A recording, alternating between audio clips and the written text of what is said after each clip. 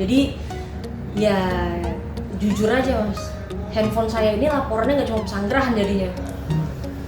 Nggak cuma pesanggerahan, jadi pernah yang di NTT, ada juga yang di Bekasi, ada juga yang di luar mana-mana itu ya kebetulan.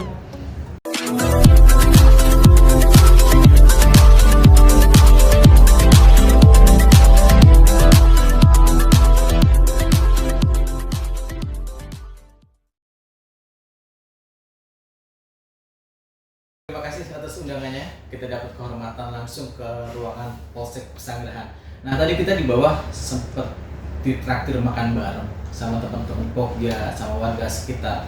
Acara apa Bu hari ini sebenarnya? Jadi hari ini itu khusus saya siapkan acara untuk silaturahmi seluruh anggota Polsek Pesanggerahan beserta keluarga, lalu juga masyarakat sekitar dan teman-teman wartawan, media online, portal dan lain sebagainya.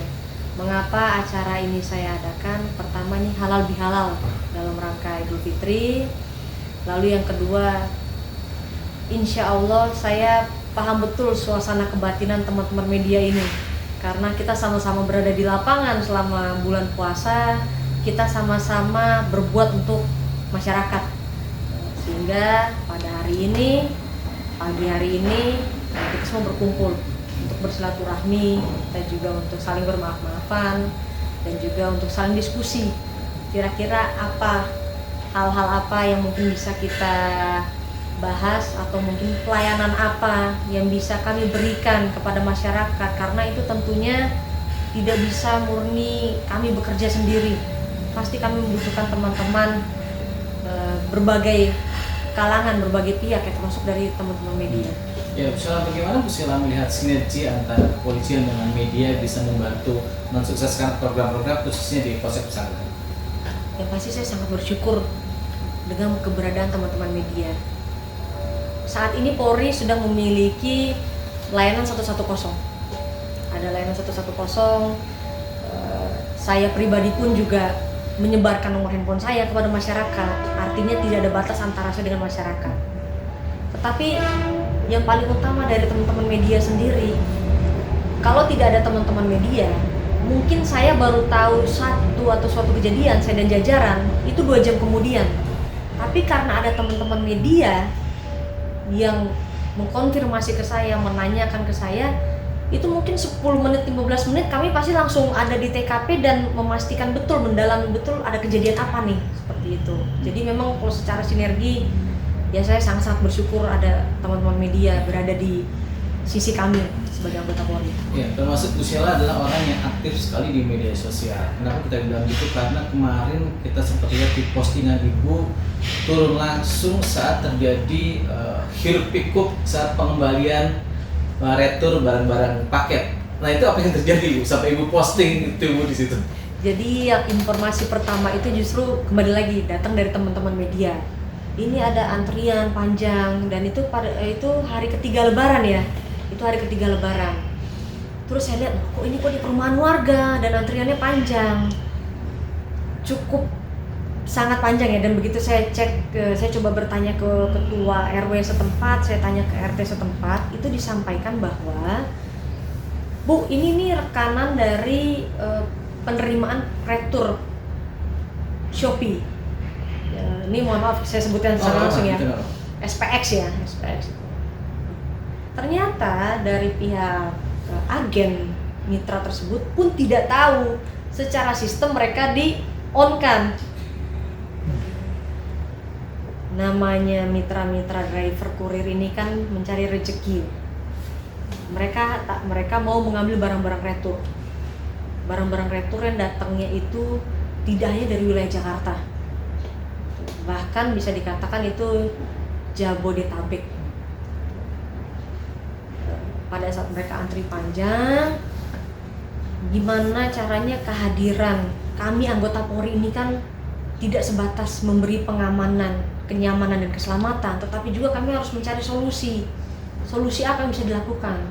Nah, saya coba dalami, saya tanya ke mitra SPX itu, kemana saya harus berbuat ini nih, saya harus berbuat apa supaya jangan hanya satu layanan di sini, karena ini perumahan warga, antrian sampai hampir 2 kilo, 3.000 mitra kurir.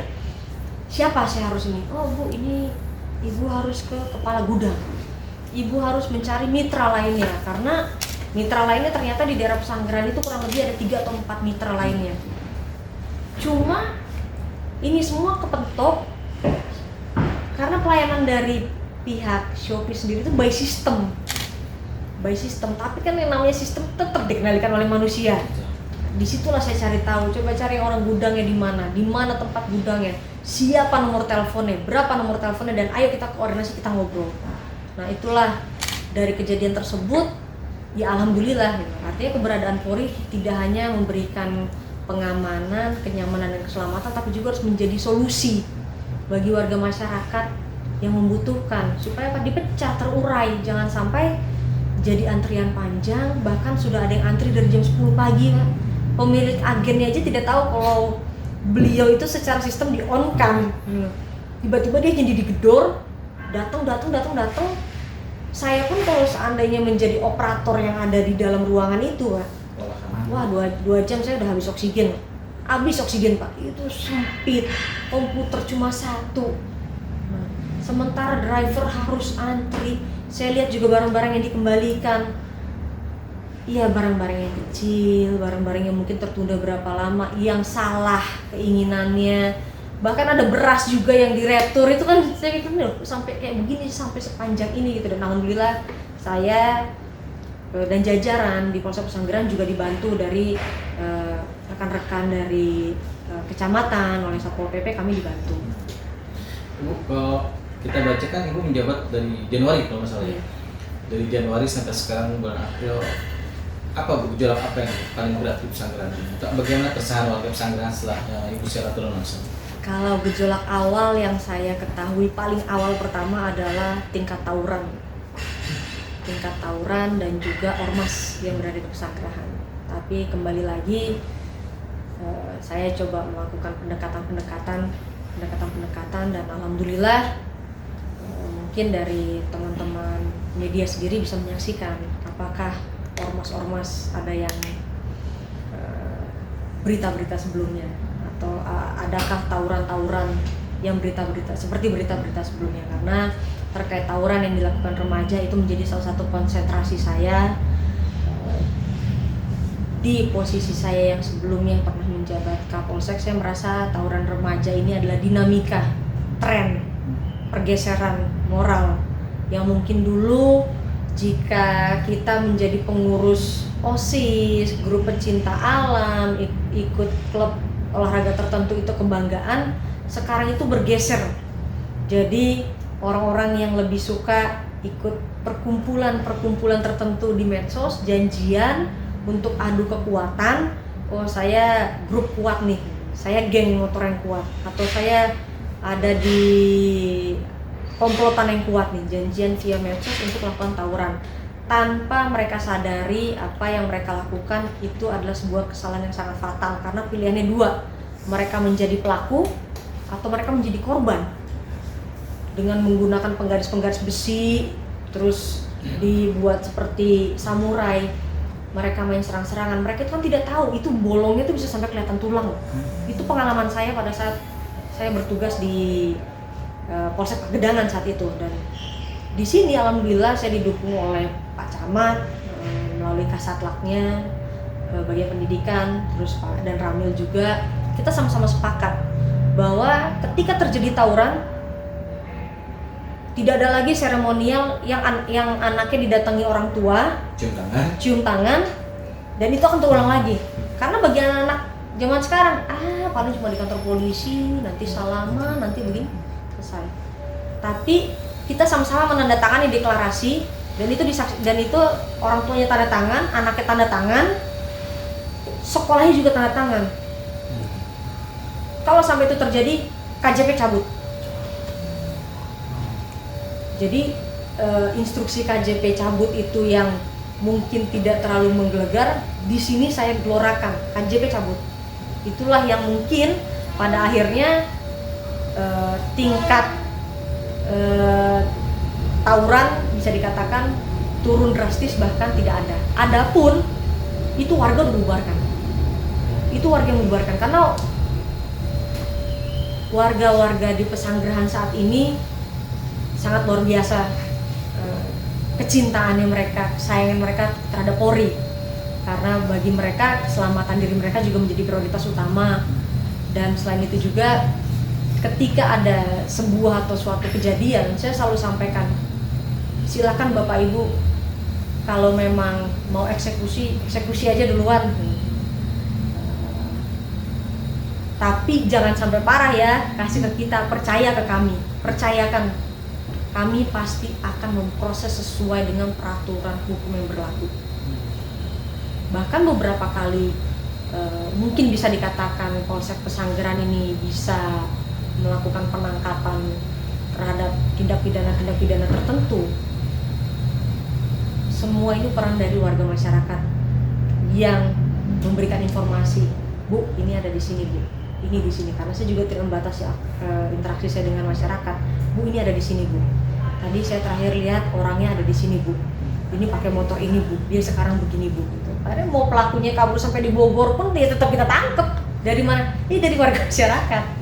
Menarik banget Bu ya, karena tadi bilang silakan eksekusi, tapi tipis-tipis aja. Tipis-tipis. Dan silakan kembali ke kita. Nah, ada satu tagline Bu Sheila juga yang cukup menarik. Pelaku kriminal tidak akan bisa tidur enak. Sekuat itukah Ibu mengejar mereka? Iya.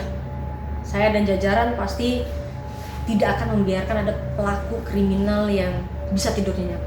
Bahkan yang kejadian terbaru yang cukup viral yang ART Infal,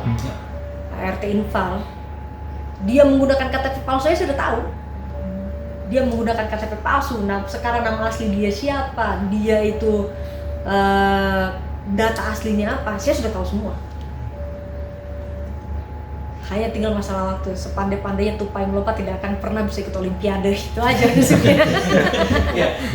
Tapi kita sekarang coba melihat dari kacamata yang agak luas ini. Mau tidak mau diakui sekarang pandangan masyarakat terhadap citra Polri agak, meskipun tidak semua, kembali lagi ke oknum, agak tidak nyaman lah buat Polri. Nah, di lingkup yang kecil lah, katakanlah ke Polsek Pesanggerahan, bagaimana Ibu bisa untuk mendudukan kembali ke citra Polri pada posisi yang sebenarnya? Kami berbuat. Jadi hantaman sebesar apapun yang terjadi di luar sana, pandangan seburuk apapun yang terjadi mengenai institusi Polri, kami di Polsek Pesanggerahan kami berbuat yang terbaik untuk masyarakat, karena prinsipnya yang selalu saya tekankan dan saya sampaikan kepada anggota, tugas Polri ini dimanapun berada tuh sama, 3: pelindung pengayom masyarakat, memelihara Kamtibmas, dan melakukan penegakan hukum terhadap tindak pidana. Tidak ada polisi di Indonesia Raya ini yang punya tugas berbeda. Sama ini 3 ini tugasnya polisi, dan itu saya selalu tekankan kepada masyarakat dan juga kepada anggota. Terlebih lagi yang menjadi anggota-anggota saya adalah senior-senior saya di kepolisian, karena mereka duluan menjadi polisi daripada saya. Pengalaman-pengalaman mereka lah yang justru saya minta untuk menjadi pedoman saya ke depannya seperti apa.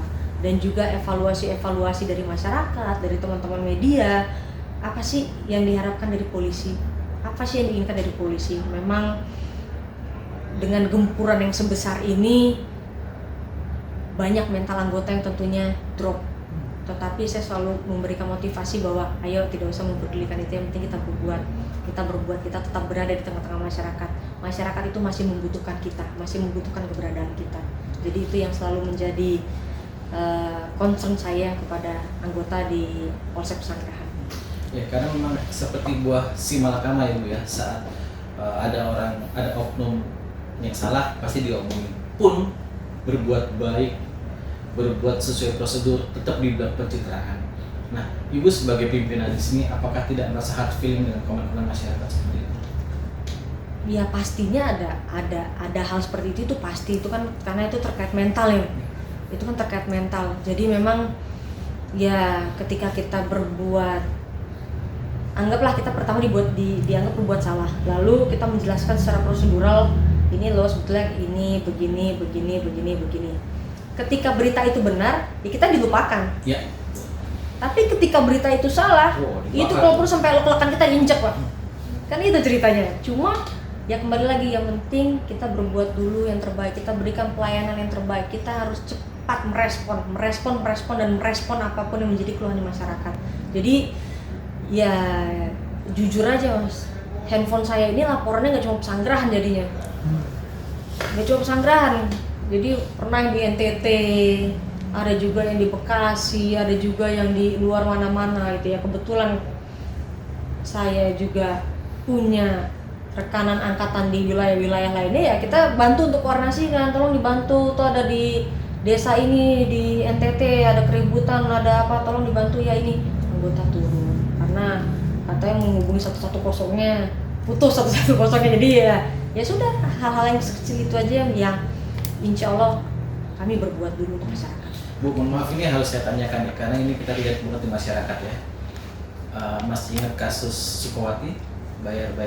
Oh iya. Itu kan seperti menjadi Sukatani. Sukatani. Itu kan seperti menjadi pengaruh buruk banget ya. Seolah-olah mau lapor polisi bayar. Bagaimana Ibu membalikan posisi? Itu adalah keterbukaan masyarakat yang tidak bisa kita pikiri. Kalau memang itu benar terjadi, itu adalah bahan evaluasi buat kami. Tetapi kembali lagi, karena lingkup saya masih di Polsek, jadi saya memastikan itu tidak terjadi di Polsek Pesanggerahan. Kalaupun itu terjadi, sampaikan langsung sama saya. Saya berani jamin, insya Allah anggota saya tidak seperti itu. Nah, Bu Sela, tadi kan kayaknya Ibu tuh dengan masyarakat ini banget ya, terbuka sekali, akrab banget masyarakat.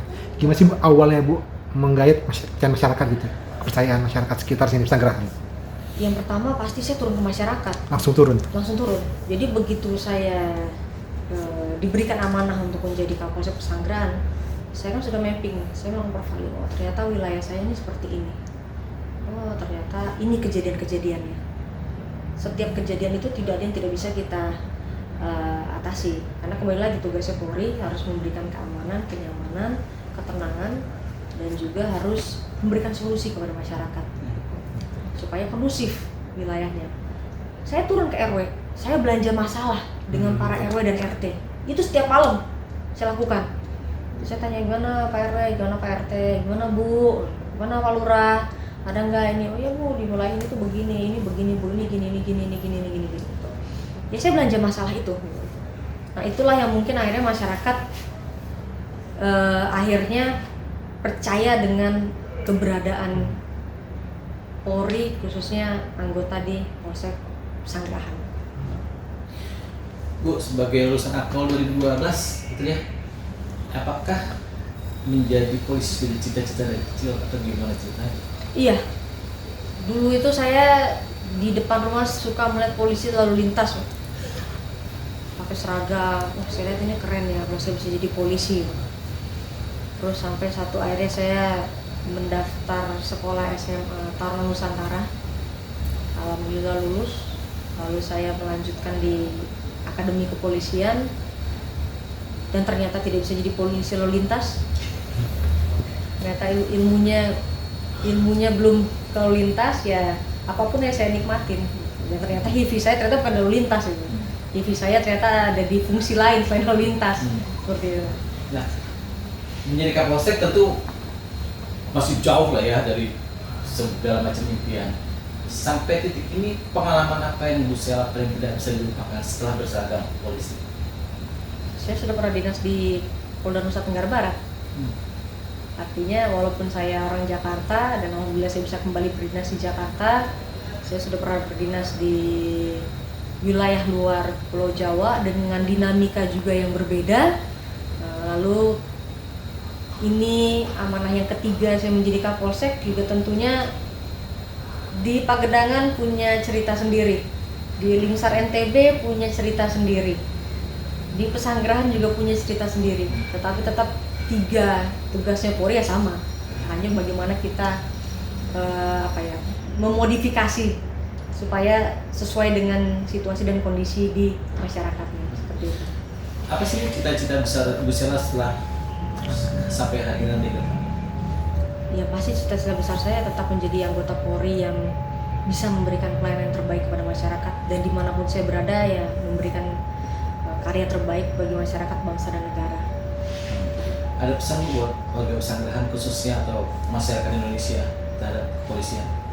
Tidak perlu ragu, kami selalu mengevaluasi diri kami. Jika kami salah, silakan kritik kami, berikan kami masukan bagaimana agar kami bisa memberikan pelayanan yang terbaik untuk masyarakat. Tadi terakhir Bu, tadi kan disebut bahwa ada cabut KJP untuk itu. Apakah nanti ada kerjasama dengan Pemprov Jakarta gitu untuk mencabut? Jadi terkait tawuran yang terjadi di kalangan remaja, cabut KJP itu sudah kami menandatangani deklarasi bersama. Itu di level kecamatan dan sudah disetujui oleh Pak Camat, Kasatlak, karena Pak Camat juga hadir waktu itu. Tentunya pasti Pak Camat juga sudah berkoordinasi dengan bagian-bagian di atasnya, mungkin Pak Wali Kota, mungkin sampai ke Gubernur, bahwa karena memang ini juga instruksi Gubernur, kalau ada tawuran KJP-nya dicabut.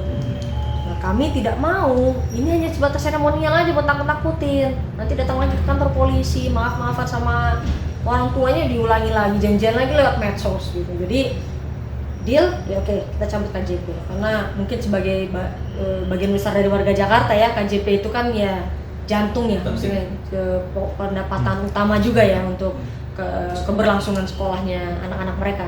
Jadi beban ini jangan sampai disalahkan seakan-akan polisi mencari-cari kesalahan, bukan. Tapi orang tua juga harus tahu kalau anaknya jam 10 malam sudah tidak ada di rumah, itu patut dipertanyakan kemana anak saya. Jangan sampai jam 10 malam anaknya tidak di rumah, dianggap lagi main ke rumah temannya. Ternyata anaknya malah mau ikut-ikutan tawuran gitu. Sementara mungkin itu yang penting, kritik kami, evaluasi kami siap untuk memberikan pelayanan yang terbaik untuk warga masyarakat Pesanggerahan.